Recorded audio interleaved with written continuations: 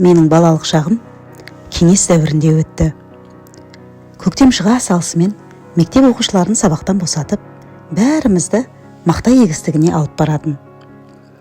Ұстаздарымызбен бірге шабығына көмектесетінбіз. Баламыз ғой, бірде жұмыс істейміз, бірде ойнап кетеміз. Ал күзде тағы да сабақтан босатып, мақта теруге шығаратын. Қолымызға дорбамызды ұстап алып, жарысып, мақта тергеніміз әлі есімде. Ертеден кешке дейін егістікте болатын болған соң, түстік тамағымызды өзімізбен бірге алып баратынбыз. Қайнатылған картоп, жұмыртқа, сецебели, жүзім, консерва, колбаса, нан, бәрін апайымызбен бірге ортаға жайып, дастархан құратынбыз. Жазық далада, көк аспанның астында айнала отырып тамақтанудың өзі бір қызық еді. Ас үстінде түрлі әңгіме айтылып, арасында ойын ойнап та алатынбыз. Терген мақтамыздың салмағына қарай ақысын төлейтін. Бізге ол кезде тиын тебеннің өзі үлкен қуаныш болатын. Ал мен тапқан ақшама көбіне сурет салатын альбоммен түрлі түсті қалам алатынмын. Ол сәтте қолыма түскен әрбір альбом мен қалам мен үшін қазынадай еді. Себебі суретке деген махаббатым қолыма қалам ұстауды үйренген сәттен ақ басталған. Ол күндер әрі еңбек, әрі ойын, әрі арманға жетелеген балалықтың ең тәтті естеліктері болып қала береді. Көрермендердің арасында балалық шағы мен сияқты кеңес дәуірі кезінде өткендер бар ма екен? Мен оңтүстіктен боламын. Ал сіз қай өңірденсіз? Сіздер жақта кеңес дәуірі оқушыларды қандай жұмысқа жегуші еді? Пікіріңізді әу деп бөлісіп отырыңыз.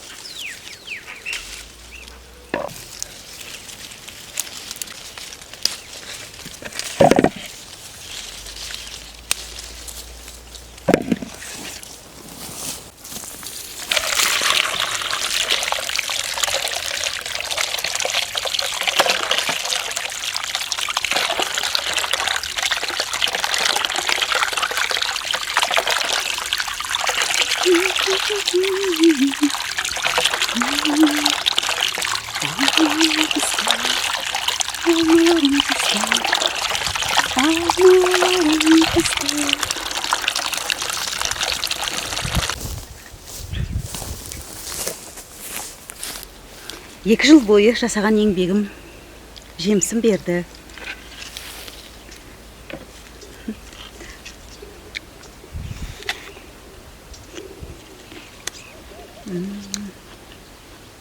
Тәтті.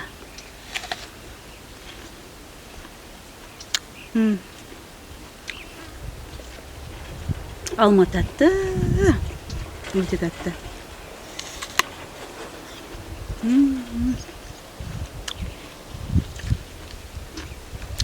Тәтті.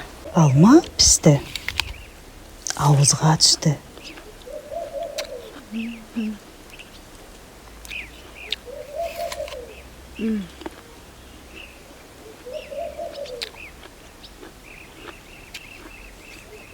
Tatlısına-ай, tatlısына-ай.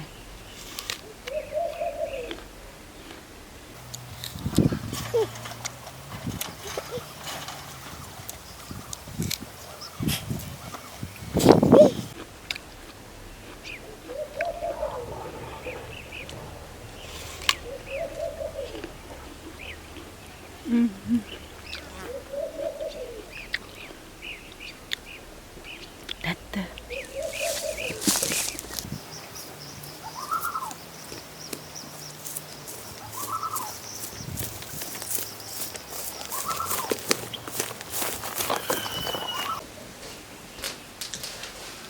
Бүгін назарларыңызға Ксенофлора атты картинамды ұсынамын. Мархабат, тамашалаңыздар.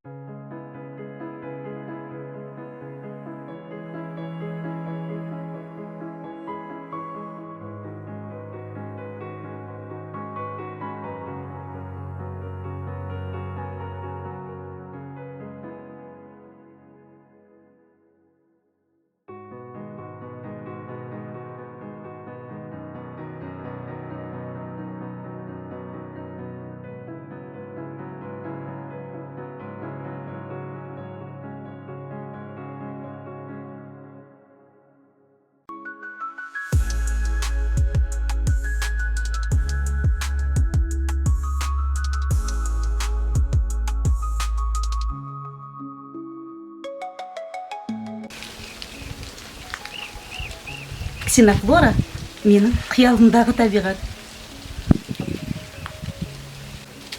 Өздеріңіз білесіздер, мен қияли адаммын. Сондықтан осындай қиялымдағы табиғатты абстракция стилінде өрнектеймін. Ксенофлора менің ең жақсы көретін туындыларымның бірі.